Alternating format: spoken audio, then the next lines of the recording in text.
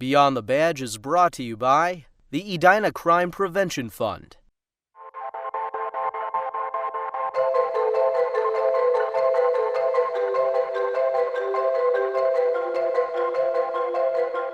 Today we're going to conduct a simulated traffic stop.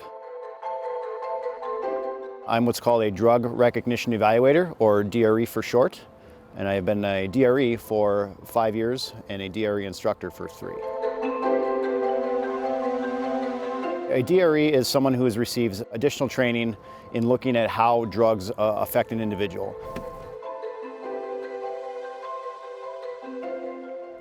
All right, so what we're going to do today is we're going to do a simulated traffic stop. The person driving the vehicle is another city employee, and we're just going to go through basically what an officer is looking for when they're conducting a DWI investigation. August of this year, 2023, a new law went into effect that legalized recreational marijuana. You're going to have more people out there using it because there's not the roadblock of it being illegal anymore. So while I'm talking with the driver, I'm noticing that I detect an odor of burnt marijuana. I see a marijuana roach in the ashtray there. And while I'm speaking with the driver, I noticed that he's got some bloodshot and watery eyes. So I'm gonna go ahead and ask him about any recent marijuana use, anything like that. So people are gonna be trying it, and with trying it, comes some decision making that they have to make, whether they're gonna get behind the wheel of a car or treat it like an intoxicating substance like it is, like alcohol, and make smart decisions in terms of whether they drive or not. I tell you what, I want to make sure that you're okay to be driving, since marijuana can impair your ability to drive and operate a motor vehicle. So I'm going to have you step out and do some field sobriety tests. Stand right there for me so you're not looking into the lights. Do you see the tip of my pen right here? Yes. All I want you to do is follow the tip of my pen with your eyes and your eyes only, keeping your head perfectly still.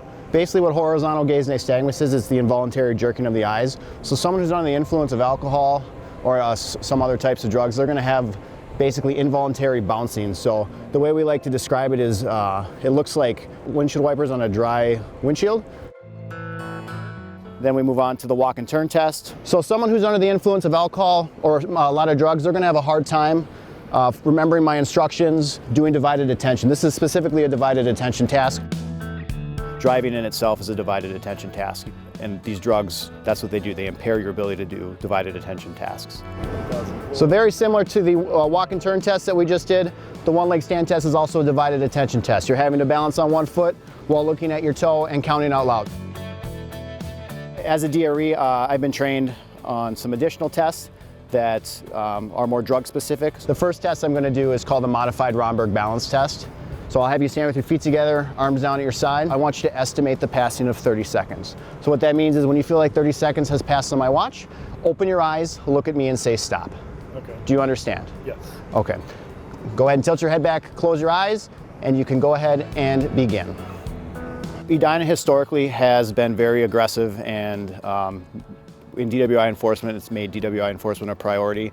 We currently have 7, soon to be 8 DREs. And on top of that, we have 3 DRE instructors. The last test that I would do is I would take the driver's pulse on the side of the road. I would just take it off his left wrist, 30 seconds.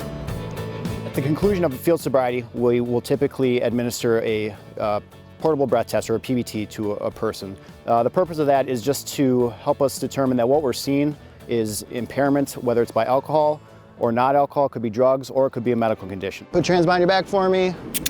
After completing those tests, I will place them under arrest for suspicion of DWI drugs. Butt in first. Being a DRE really enhanced my ability to locate and arrest impaired drivers. Once the driver's arrested, they're transported to the Edina Police Department. They'll put them through a 12-step DRE evaluation.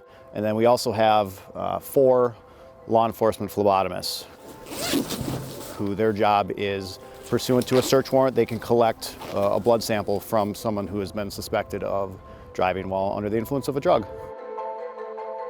You may not feel like you're high, but your body is telling a different story. And that's one of the things that the training as a DRE shows us. We still take DWI enforcement very seriously. Like I said, this department has historically arrested a lot of impaired drivers and done our best to keep the citizens and the roadways as safe as we can.